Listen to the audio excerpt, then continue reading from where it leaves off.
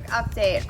My brother would like a larger shed in the backyard, and we discussed it, and he wants to go ahead and have a shed pre-built and moved in here.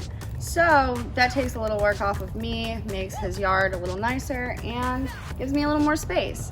But first we still have to dig the grass out so we can put some rocks in, and then that way the shed will have a nice area of drainage.